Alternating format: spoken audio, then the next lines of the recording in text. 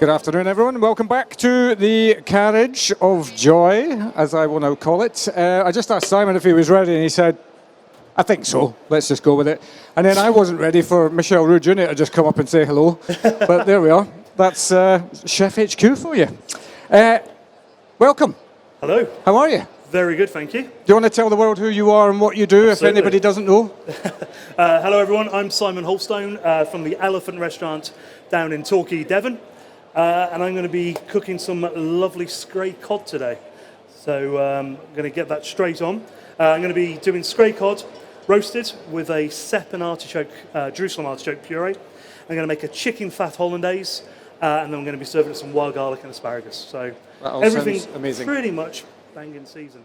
Fantastic. So all good. So first up, I am going to get my hollandaise on the go. I tried to make mayonnaise yesterday, and I split it 4 times, so I'm a bit worried today. Great stuff. Just set that up nicely then, don't you? So I'm just warning everyone. So we've got some egg yolks. We've got some reduction of white wine, shallot, tarragon, the usual base. Yeah. And we're going to be doing this using half butter and half chicken fat, which is just gives another nice meaty flavour to the hollandaise. Is that around? That's a flavour profile thing rather than a it's just something I want to pronounce because the Skrei Cod is so meaty. It's really robust and works with so many different meat elements, which is what we really want to portray in this. So I'm going to get that cooking away. I was going to say not to jinx it, but it's looking good, Chef. Yeah, so far. I haven't added anything yet. And then we're going to make a Jerusalem artichoke puree with some Sepps, and that's going to puree down really. Again, that's really earthy, really tasty, and works so well with the Skrei Cod. Yeah, Skrei Cod from Norway, by the way, in case you hadn't noticed. So talk to us about this fish. Why this specific fish? So we've got Skrei Cod. So for us at the moment, it's banging season. So for me, every season, which runs from mid-January to hopefully to the end of April, the Skrei Cod comes in season, and it's like the wagyu of fish. Right. So it's the best cod, sustainably. Most of it's line caught as well, but it's super meaty. It's no fat in there at all. It's the best of the best, really, in the season.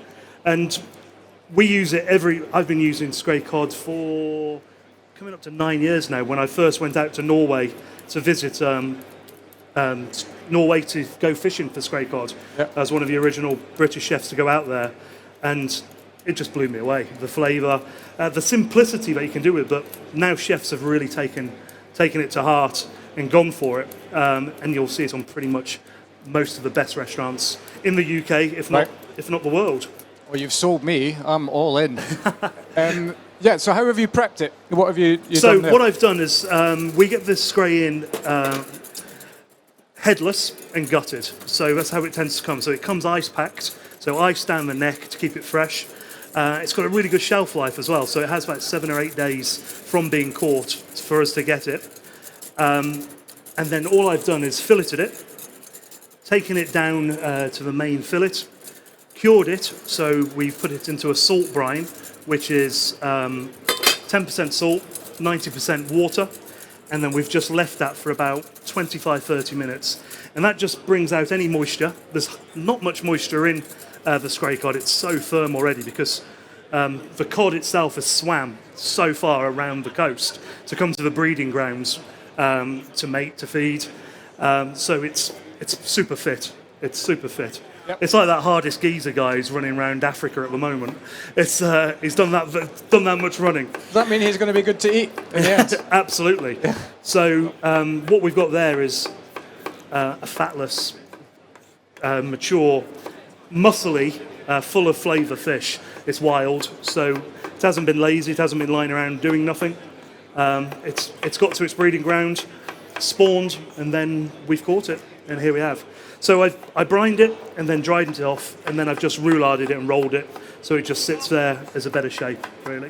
Yeah. This is what I love about talking to you guys, because I'm an amateur chef at best at home, and I just rolled it, you know, then just done our thing. Well, and I'm like, that looks complicated. Yeah, it's not that bad, is it? It's, You it's guys, pretty it's- easy. And then what we do is we get quite a lot of trim from it, so you'll have the belly as well. So we brandard that, so we salt it again, make it a bit stronger in salt flavour, and then we use that for canapes, which you'll be having some of later, and we utilise that for little snacks, bar snacks, and then we also have you can use the liver, you can use the roe. And if you're lucky enough, you get the head on, you'll get the lovely cheeks as well, and the throat, which is a real delicacy. It's probably, for me, it's probably one of the best parts of it. And I know Really? Michel Roux likes the float, which is a bit of the insides, but Oh, that's that French background, isn't it? French will eat anything. I know, it's absolutely. It's unbelievable. But yeah, so that's, you can pretty much use everything. And if you go out into Norway, you see them, it's drying out. You've got this amazing Arctic chill blowing this cold salt air and making the stockfish. So, yeah, stunning. Yeah. Stunning. You mentioned the liver there. Is the liver an acquired taste? Have I remembered that correctly from somewhere? It's quite strong. Yeah, it's quite strong. I'm not a massive offal lover, but I can cope with it. Yeah. I can cope with a little bit of it, not too much. Yeah, but I But suppose... it's full of all good things. Yeah. Well, the So- one there, absolutely. Yeah. One of the from a nutritional perspective, it's a superfood, isn't it? Absolutely. And if you're living in a country that's 6 months of the year dark, it gives you all the vitamins you're probably not getting from anywhere else. Yeah. So Indeed. in there I've got my seps. I've put a little bit of a chicken fat because that's going to be the dish in there, and the Jerusalem artichokes. I just want to cook those down, get them nice and soft, and I'll puree them. Normally takes a few minutes. If not, I've got some already made because it's like Blue Peter. Very good. Yeah, nice. It pays to be prepared, doesn't it? Absolutely. Yeah, absolutely. So, lovely piece of cod here. Look at that. It's just pearlescent. It's got so much colour to it. I'm gonna Stunning. cook a couple of pieces of it, so we can all try it. But we've done a variation of this as well for the canapes as well. So Right. there's going to be lots of canapes going out later. Fantastic. Please stay around. And that's going to be from all different fantastic Norwegian ingredients. Okay, so you're putting this in the pan, and that's a stock as opposed to a fat, or is that a No, fat? this is just pure chicken fat. Oh, that is chicken. I can Yeah. see it now, actually. So I'm not going to season the Skrei now either because it's already been salted, and I don't want to add any more to that. Yep. We can add some more at the death if we need to, but it's got enough salt in there from the brining. Right. Yeah. I'm eminently conscious that we're 10 minutes in, and we haven't even spoken about you. Oh no, nobody wants to know about me. They're not bothered, I'm are they? sure they do. I'm sure they do. You are. I wrote down in my notes. You are the god of all competitions. When I was younger, maybe. Yeah. Well, but let's go. Let's take you back, Simon.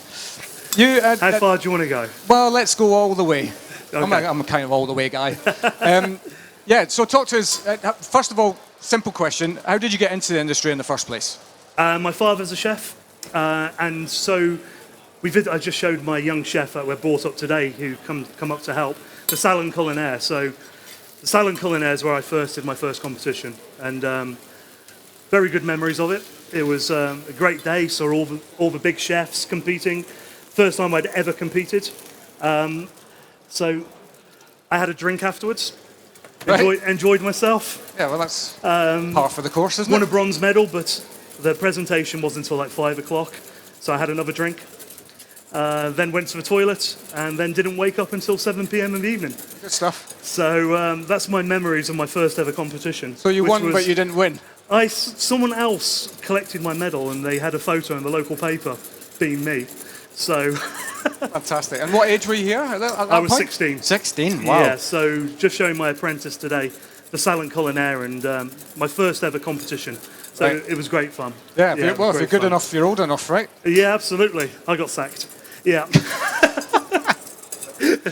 Fantastic.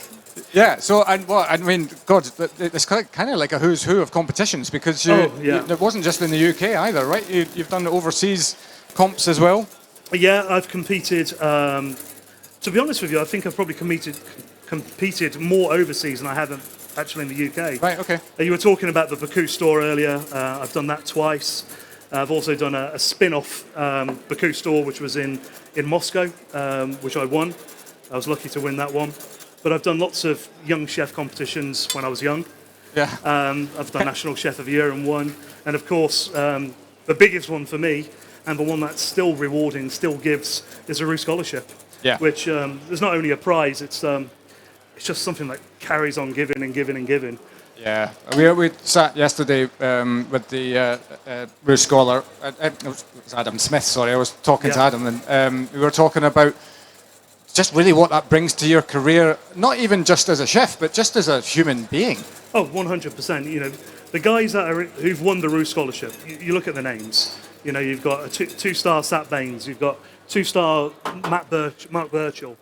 You've got Ollie Williamson, who was the head chef of the Fat Duck, a 3-star. We've got Ian Scaramuza, who's out in San Francisco winning 2 stars. Yeah.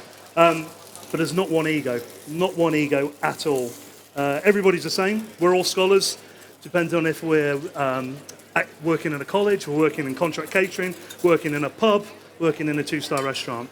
When we're all together, we're all equal. It's probably the best thing about it, really. Yeah, I love that. This year it's the 40th anniversary, so we're going to have 40 scholars now. So, you know, that's a legacy. It's unbelievable. It's just wonderful. Yeah, absolutely wonderful. So yeah, where are we up to? So how's it all going? Just adding some butter and some of the chicken fat to my hollandaise. So we take a deep breath at this point.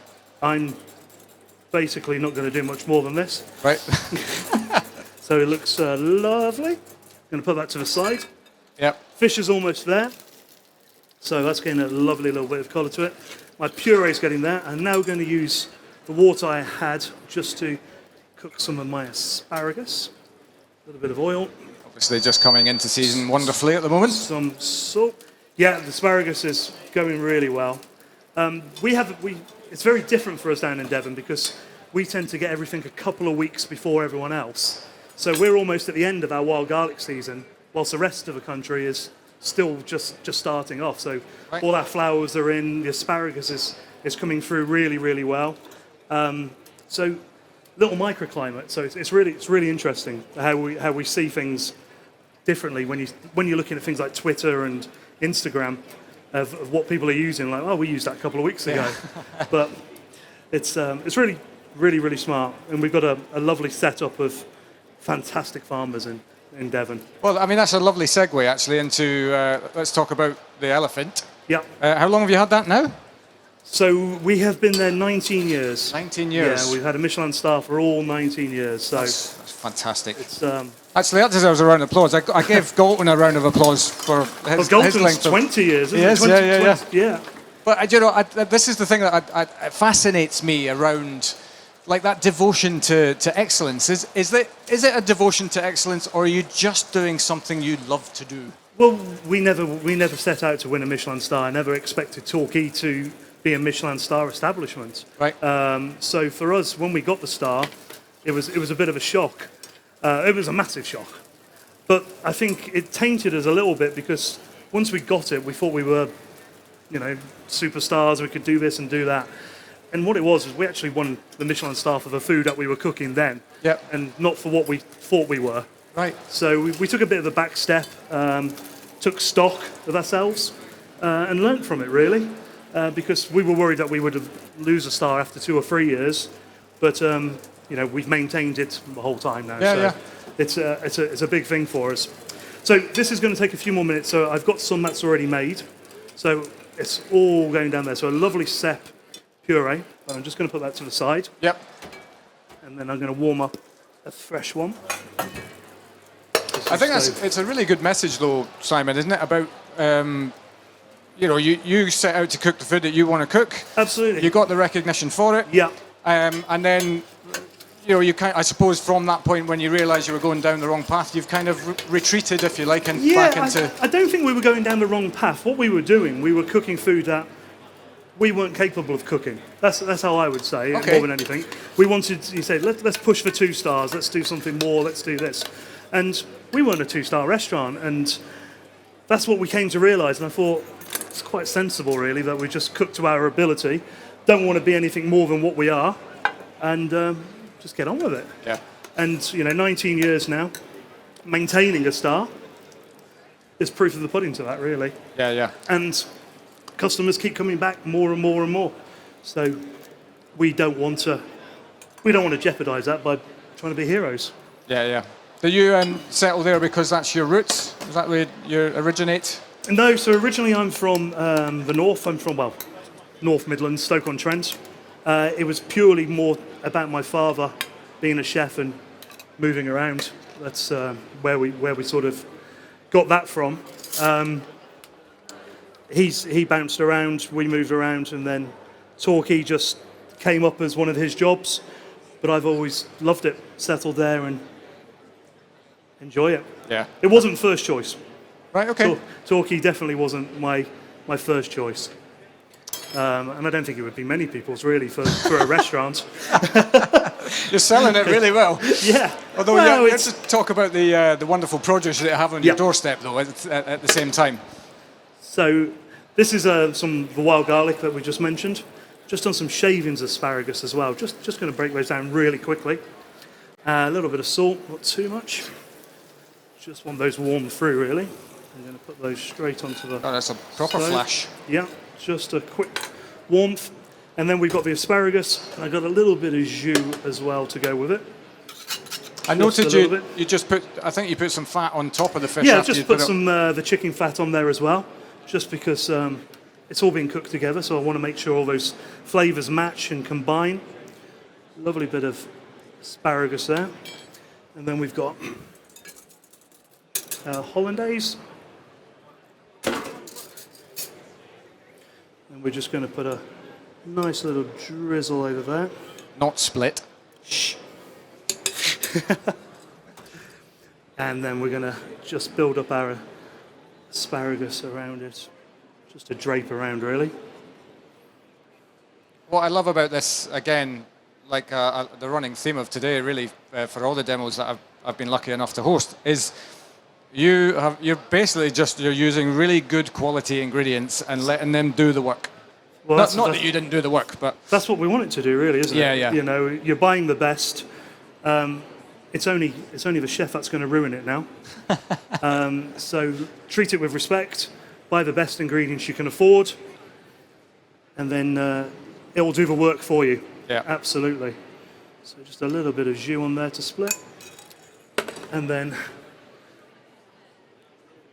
a couple of three-cornered leek flowers, again in season. that's a picture. There we are. Very, very simple. So a lovely Skrei dish with roasted cep and artichoke puree, asparagus, chicken fat hollandaise, and wild garlic.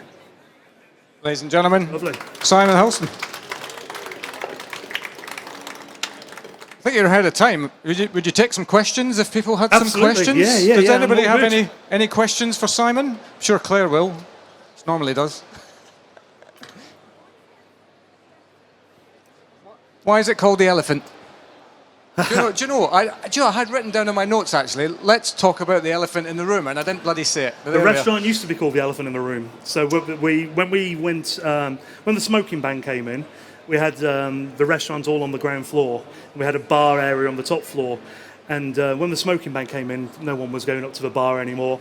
So we turned the upstairs into the fine dining, and we called it the room, the Elephant in the Room. And then we kept the star up there, and then we turned downstairs into a brasserie. And now that's moved around, and upstairs is now my house, and then downstairs is the Elephant again. But the restaurant was already called the Elephant. It'd been open just under a year when I went there. And it was twinned with a hotel just down the road called Hulstone Manor. And they won a star the same year as we did as well. There's a fantastic chef called Darren Bunny, came from Marco Pierre White. They got a star the same year as us. Darren left and then moved on. But their coat of arms was an elephant, and that's the thing. Right. It's because I sport Coventry, and I wanted an elephant symbol on everything. Is that their animal? Is that their emblem?